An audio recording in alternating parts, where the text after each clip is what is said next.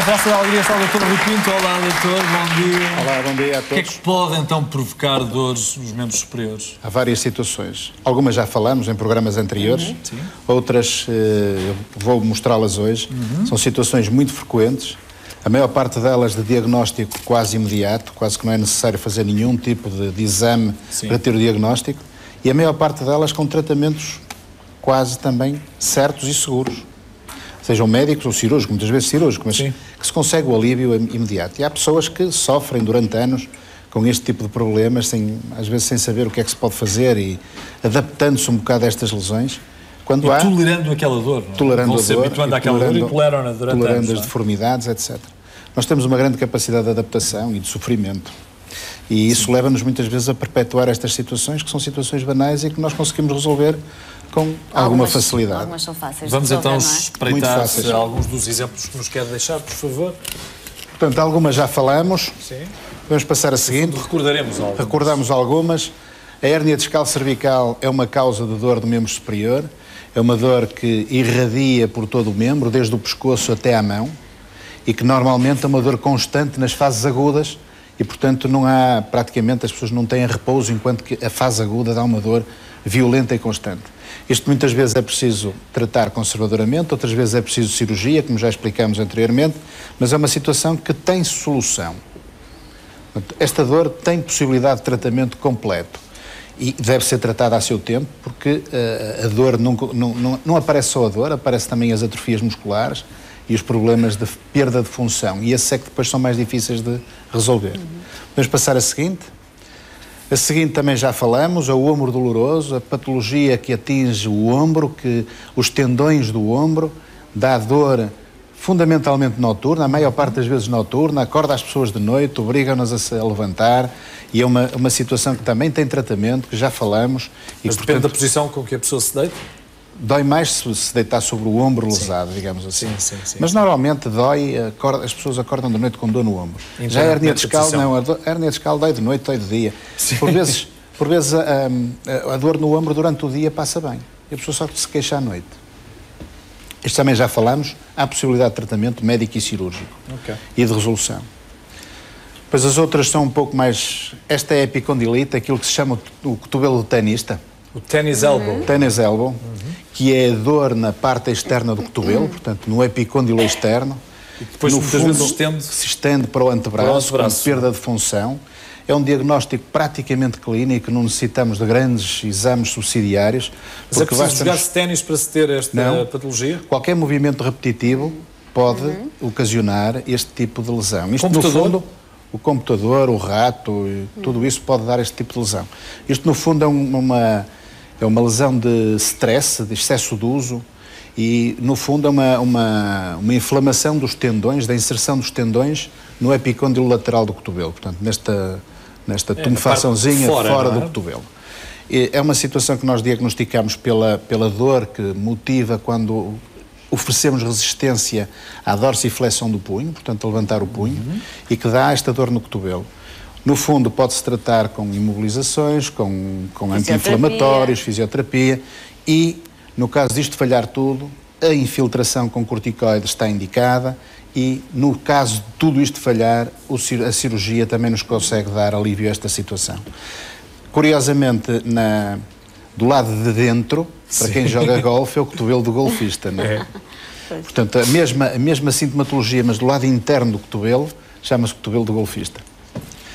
Depois, a doença de Kervan é uma situação do punho. Portanto, é uma tumefação que aparece no bordo radial do punho, motivado também pelo excesso de uso destes dois tendões, que é o longo abdutor do polegar e o curto extensor do polegar, que são os tendões que nos fazem controlar os movimentos do polegar. Aparece com frequência nas pessoas que têm grande trabalho manual, que obriga a puxar algumas estruturas, a esticar algumas estruturas. Portanto, todas as pessoas que fazem trabalho de tesoura, por exemplo, tudo isto pode motivar esta inflamação destes dois tendões e da bainha do invólucro que eles têm e dar este tipo de dor, que também é um diagnóstico quase imediato. Pela dor, pelo sítoma despertador e pelos testes que nós conseguimos. Algumas rotinas industriais também, não é? Exatamente. Também isso. Portanto, isto também pode ser considerado, pode ser uma das situações que resulta de do trabalho, não é? Da situação laboral. Sim.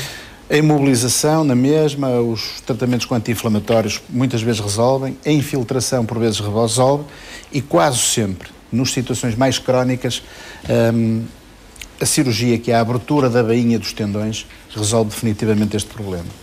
E aí podemos usar outra vez em excesso. Podemos ter mais cuidado. Lembrar-nos que aquilo já aconteceu e que pode voltar a acontecer. O canal cárpico já falamos aqui há uns tempos atrás. Portanto, é dor na mão, que aparece também durante a noite, acompanhada de formigueiros, em que as pessoas têm necessidade durante a noite de se levantar e sacudir um pouco a mão. Muitas vezes dizem-nos que têm que pôr a mão debaixo de água fria e que sentem alívio com isso. Isto é uma situação de compressão do nervo mediano no punho, que também tem uma resolução fácil e habitualmente cirúrgica, e que habitualmente é uma situação que recupera integralmente e que as pessoas passam bem. No pós-operatório imediato, dizem-nos: doutor, esta noite já passei sem dor na minha mão. Tem a dor da cirurgia, digamos assim, que é uma mini... Todas as soluções encontradas assim. Exatamente. Portanto, é uma situação que nós gostamos de tratar, porque o resultado que obtemos é um resultado imediato, quase sempre bom e imediato. Depois, próxima. Isto é uma deformidade que aparece na mão também, que se chama doença do Poitras. É uma doença que está relacionada com os povos nórdicos, dizia-se que era a doença dos vikings, mas na realidade porque aparece mais nos povos nórdicos, mais nas pessoas de pele mais clara e nos homens, habitualmente. E no fundo é uma espessura, isto tem algo de genético e está associado à diabetes, associado aos fumadores, associado aos hábitos etílicos, associado à epilepsia, etc. Estão associadas a uma série de doenças, mas têm uma base genética. Então o que acontece é um encurtamento dos tendões? É um encurtamento da fáscia. Por baixo da pele nós temos uma série de estruturas que nos estabiliza a mão, que é a fáscia palmar, e essa fáscia por vezes começa a ficar mais espessa e começa a retrair-nos os dedos, tal como aqui a mostra. Esta é a primeira fase, em que começa a ter esta corda, digamos assim, em que o dedo começa a não conseguir esticar completamente, até que acaba completamente por fechar. E só isso ou pode acontecer com qualquer dedo? Pode acontecer com todos. Pode acontecer com todos. Portanto, esta é uma situação também que, a seu devido tempo, é perfeitamente tratável, com uma cirurgia que consiste em tirar este espessamento que aparece na palma da mão e que o dedo recupera completamente.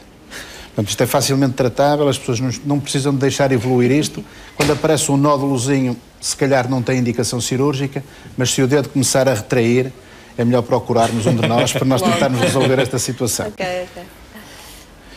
E por fim, esta que é o dedo em mola, aquilo que as pessoas dizem que o dedo salta.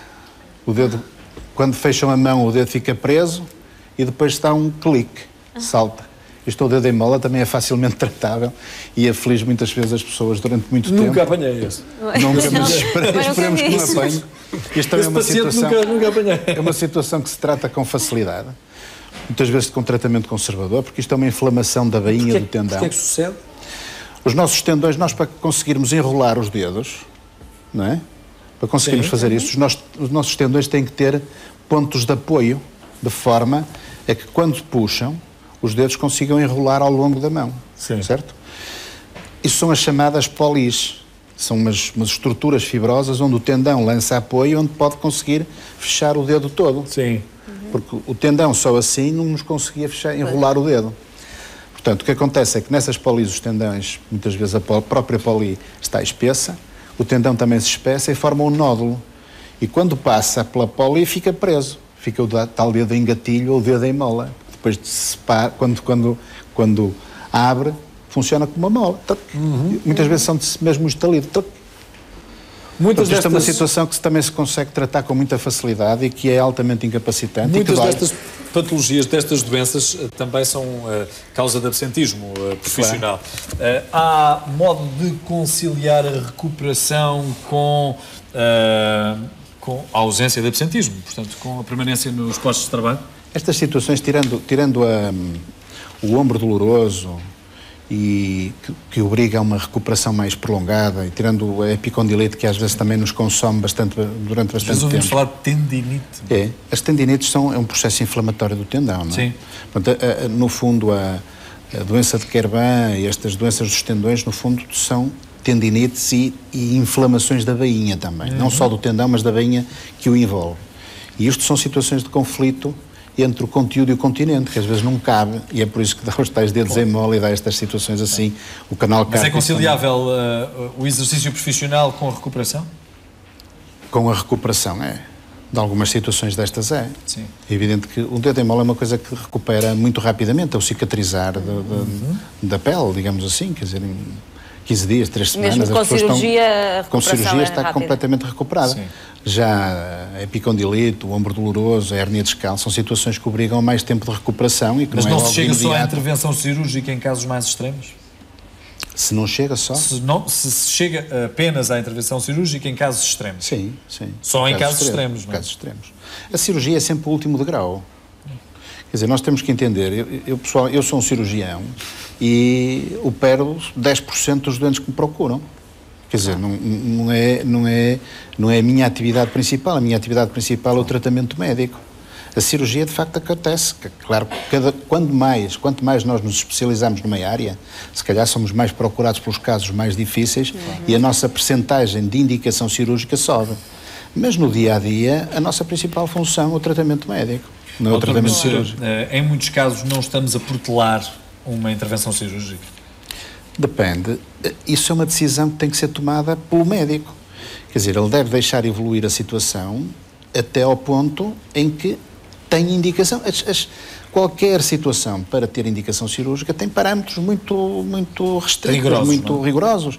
E, portanto, nós temos que avaliar essa situação a ponto de dizer assim, este doente é para tratar conservadoramente, temos hipótese de lhe dar alívio com tratamento médico, ou, por outro lado, tem indicação formal para cirurgia. Claro. Ou entra dentro daquele grande período, naquele grande espaço em que diz assim, bom, isto pode ser tentado tratamento médico, mas podemos ter necessidade de uma cirurgia. Portanto, há os três, digamos assim, as três gavetas. Estava a pensar nisto exatamente por causa das rotinas profissionais, porque muitas vezes há quem não possa deixar de executar uma função e esteja a agravar sintomas que no início são apenas limitativos em uma curta medida, mas claro, que depois com o decorrer do tempo... Pois, isso é um problema muito grave que acho que não está resolvido, que é a readaptação profissional. E, portanto, isso aí entramos noutra ordem de ideias que é muito mais difícil de resolver, que é a rotação dos postos de trabalho, a ergonomia do posto de trabalho, toda a prevenção destas lesões ao nível das situações laborais. Claro. Ou não laborais, de situações de desporto, quer dizer, não é só relativo ao trabalho, não é? Sim, são stresses que se provocam. Sei lá, os tenistas... Enfim, estão sujeitos a estes cotovelos de tenista porque eles de facto exageram. Por isso é que esta patologia se chama mesmo ténis elbow. Exatamente. E muitas vezes estão relacionadas com a encordoação da raquete, etc. Quer dizer, muitas coisas tão simples quanto isto. É como os tacos de golfe, não é? Quer dizer, a escolha do taco tem que ser pressuposto com aquele determinado indivíduo, claro, não pode ser... Tudo isto tem que haver um equilíbrio. Claro. Sim, senhor. Doutor, muito obrigado por ter estado aqui connosco na Praça da Alegria para nos dar este esclarecimento. 11h20.